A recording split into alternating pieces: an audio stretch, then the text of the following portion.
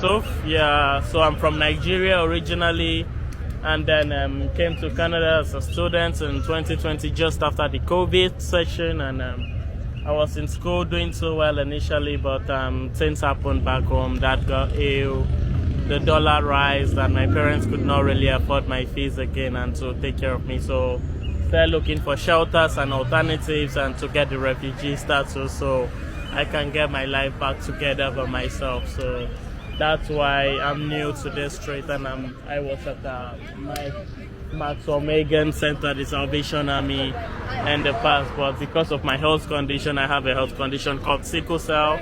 They said the environment was not so good for me, so they referred me elsewhere.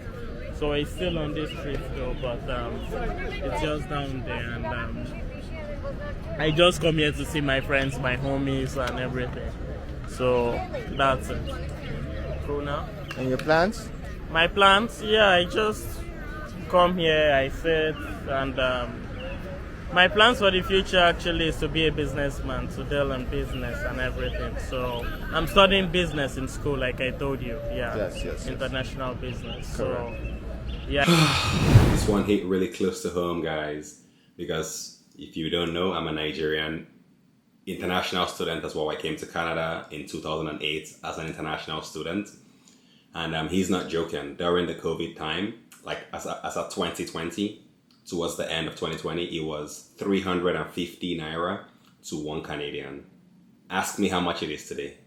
It is literally over 1,000 naira to 1 Canadian today. So this really hits home to me because it's a matter of just like a couple years off, and the same scenario. My parents might not have been able to afford my tuition as well, because international fees was well over 20,000 a year. So there's no 20,000 Canadian a year. Like, I don't think my parents would have been able to afford that at today's exchange rate. So this hits really, really close to me. But I'm happy to see that my brother, my Nigerian brother, he doesn't look to be like hooked on any drugs, because that's always the concern when people go homeless, is that they start to mingle with like drugs and trying out different hard drugs. So I'm happy that this brother is staying strong. He still sounds very clear-headed. I really wish you, my Nigerian brother, a swift bounce back from this. I believe that you can bounce back from this, brother. Anybody else going through something like this, don't think this is the end. Life has ups and downs, and trust me, as long as you stay in the game, you're not out. So to anybody struggling with homelessness, struggling with anything really, just try to hang in there and remember that after the storm, the sun shall shine again. It's messy in there, but there's like a bed in there, and there's a couch over there. It's kind of hard because living like this is kind of hard. This is home for 23-year-old Sage Meaches, a tent in a camp along Winnipeg's Assiniboine River. It's her living room, her fireplace, where she sits to read. Living this life ain't really, like living this way, I don't think anyone should be living this way. It's not right. No, it's really not right. It's really unacceptable in a place like Canada. Canada is known to go to as low as -40 on some of the harsher days. So really, like, I think homelessness really shouldn't be a thing in Canada. But again, like, notice how this is a 23-year-old. She looks very clean, very well spoken. So you can say, oh, lay off the drugs or whatever, right? This is a clean looking, soft spoken girl that has just fallen on hard times. And Canada nowadays is really, really hard, to be honest. So yeah, like, miss me with the whole stop doing drugs or pull yourself up by the bootstraps. I don't think that that's the problem nowadays, guys. The housing costs are astronomical nowadays, and something's got to give at some point. Last winter was her first one outside. Winnipeg got record levels of snow. Still, Meaches says her greatest challenge is finding someone to encourage her to keep going. Having the courage, the need, the motivation of support, trying to find someone that's going to help you build you up again, someone that's going to help you get out there and be support with you, like a companion.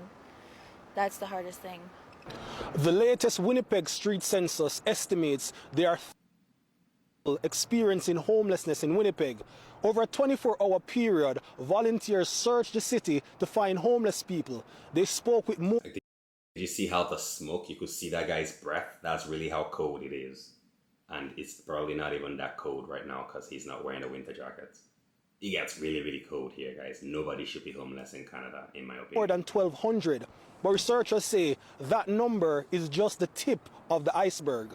We know that of the roughly 1,250 people captured, that means that there's 3,000 people that we didn't hear their story, and we don't understand why they came into experiencing homelessness. Kate Keller of the Social Planning Council says it's alarming how many people who are homeless can't afford rent because social assistance is so low. Yeah, like honestly, like 2 weekends ago, I was in Montreal. I brought my daughter for like an acting lesson, and we went to Tim Hortons. Inside there was literally 4 homeless people just laying down, sleeping on the table. Like they were like tired, starving, obviously. And then a couple minutes later, the police pulls up, and then they're out of there. Right? They had to all skedaddle out of there. So really, I don't know where they're supposed to go, right? I think there are shelters for them, but for some reason, they don't go to those shelters. So you watching this video, let me know, like, what is the issue here? Like, what is the solution? What do you think is a viable solution? Because obviously we can all agree that Canada is no place to be outside, especially in the winter or even in the heat right now. Like there's like severe heat warnings. So where are these people supposed to go? Are you telling me that there's a shelter for everybody and they choose not to go to the shelter? They choose to sleep on a Tim Hortons table? Why would anybody choose that? Let me know down in the comments below. That's what's supposed to be keeping people from abject poverty. Clearly, it's not working. Clearly, the rates are not enough. It doesn't even bring people to 50% of the poverty line. Meeches says she isn't giving up. It's been my whole entire lifetime. I had the worst life ever, but you know what? The best quotation is you have to go through the worst to get to the best. So I'm still making my way there to the goal. So I ain't gonna stop. She wants the government to think of better ways to help people like her.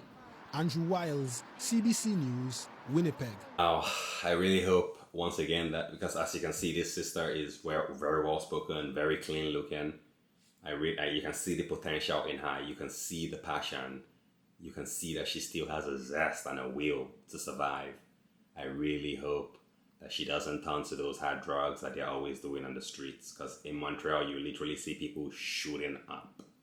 I really hope that this sister keeps her nose clean, keeps her blood vein and her veins clean of any needles. And I really think she can make a full comeback here, to be honest. You guys share this video, let everybody see it so that people can know that not every homeless person is a drug addict. Some people have genuinely fallen on hard times and they just need that little helping hand to lift them up so that from there they can sail again and fly again. But for you watching this video, anybody going through a hard time right now, just know that it will pass as well. And I think we're here just to have experiences, and every experience that you go through builds you into the person that you're going to become, as long as you don't let that experience just kind of like demotivate you and just weaken your spirits. I know it's easier said than done, especially as things continue to get harder and harder. Unemployment rates rising, cost of living rising. Now with the pending tariff wars at 30%, it's only looking bleak, to be honest. But I think we just have to stay strong and stay positive, and hopefully better days ahead for all of my brothers and sisters out there. Until next time, YouTube. Peace.